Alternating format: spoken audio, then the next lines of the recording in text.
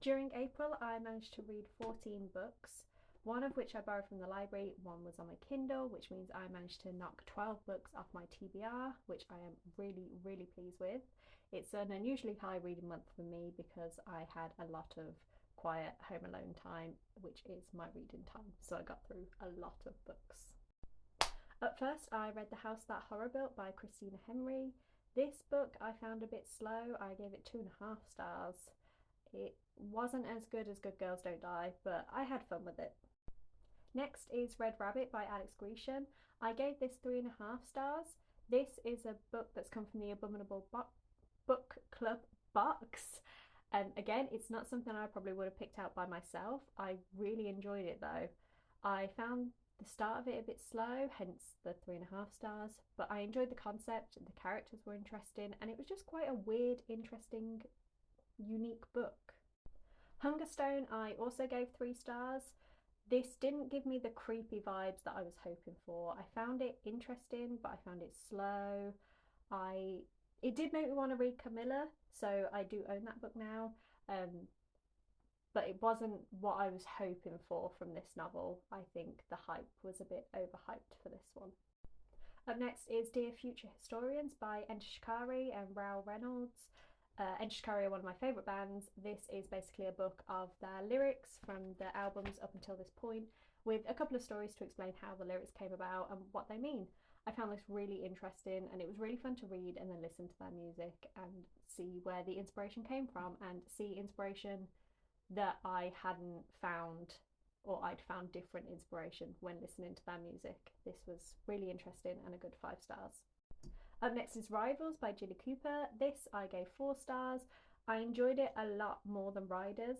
It was fun, it was silly, it was campy, and I think I probably will end up reading the rest of the series, but this is the only one I physically own, so I'll probably just get them from the library at some point because I don't think I'm committed enough to buy the whole series, but it was fun as a one-off. Our Hideous Progeny is next. This I gave 3 stars. Again, wasn't really what I was hoping for in the book. I was hoping for more creepy, unsettling vibes, and what I got was just a bit of a dramatic marriage story. It wasn't what I hoped for. It was interesting, the gothic vibes were good, but the actual plot itself I found lacking, so 3 stars. At Dark I Become Loathsome by Eric LaRocca, I gave 3 stars to as well.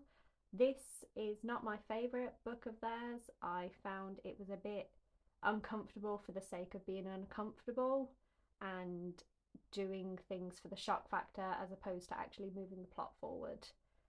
It was a really interesting story and it did keep me hooked. I read it quite quickly. I just found it a bit uncomfortable to read at points and not in a good way. Next is The Sleepwalkers by Scarlett Thomas, which I gave 3.5 stars. I initially only picked this book up because of this amazing sprayed edge. It's so cute. I had tried to read this last year, ended up putting it down, picked it up in January, ended up putting it down. So I wasn't really hopeful for this book, but when I did finally pick it up, I actually really enjoyed it. I enjoyed it much more than I thought I would. I think it was right book, wrong time earlier in the year. So I'm glad I have read it now. I think it was a bit more creepy than I expected. It had a few more twists and turns and just really kept me hooked and kept me gripped. Primetime Romance was next. I really wanted to read a horror book, but I was home alone and I didn't want to get scared.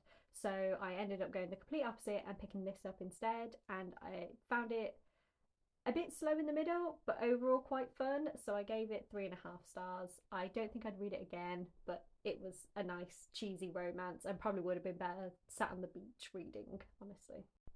Graveyard Shift was next by M.L. Rio. This was my first book of theirs and I gave it 3 stars. I just found it weird. I felt like there was no point to it, which is unusual because usually there isn't a point to books, you just enjoy them. But it felt like something was missing from this, and I don't know if it's because maybe it's a bit too short and more time was needed, but it felt like we met a lot of characters very briefly and then they were all kind of snatched away and nothing really happened. It was just odd. I read The Twilight of Late Wobegotten next. This was just a stupid book that I found on my Kindle and I gave it 3 stars. I really enjoyed it as a Twilight parody. It was fun. I was sat on a train and I read it, and it just made the time go quickly. So that was great. I read Sunrise on the Reaping. This was incredible and it made me cry, and it was 5 stars, and it was just the best book of the month. And I'm so glad I've read it now so I can not worry about spoilers online. No spoilers here. But yeah, this was just brilliant. And yeah, there's a lot of words that I can use for this book. Maybe I'll do a different review another time. But yeah, amazing, outstanding, brilliant. I read Icebound by Dean Koontz, and this was again an Abominable Book Club book.